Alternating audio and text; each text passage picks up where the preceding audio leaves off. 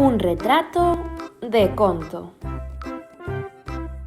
Ben seguro que cos teléfonos móviles das vosas familias tomades unha chea de fotos ao día.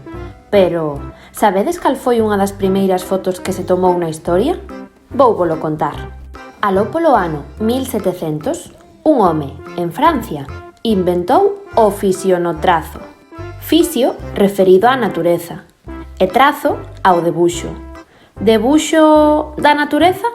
Podería ser, pero o seu inventor empregouno para facer retratos, que se tomaban de perfil. Nós imos tentar imitalo. Non penses que é complexo. Verás, o que precisamos é sinxelo. Un folio, cartolina ou outro tipo de papel dun tamaño mínimo A4. Unha lámpada de mesa ou calquera que sexa portátil. Lápis, cores e todo aquilo co que queiramos decorar o noso retrato.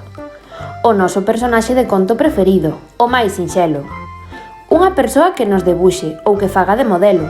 Eu non tiña a ninguén, así que empreguei ao meu amigo Mani Madeira e fíxenlle un retrato ben chulo. Se vos pasa o mesmo, tamén podedes empregar un boneco ou figura.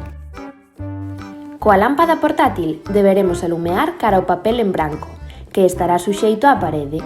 Situaremos a modelo ou o modelo no medio e a debuxar. Pero, por que de conto? Pois porque sempre nos gustou disfrazarnos do que máis nos gusta. Así que aproveitaremos para ter un retrato noso caracterizados como o noso personaxe de conto favorito. A miña, sen dúbida, é Pipi Medias Longas. Mira que me teño rido coas súas trasnadas. Así que empreguei a fondo o meu maxín para transformar o debuxo de Mani Madeira en Pipi.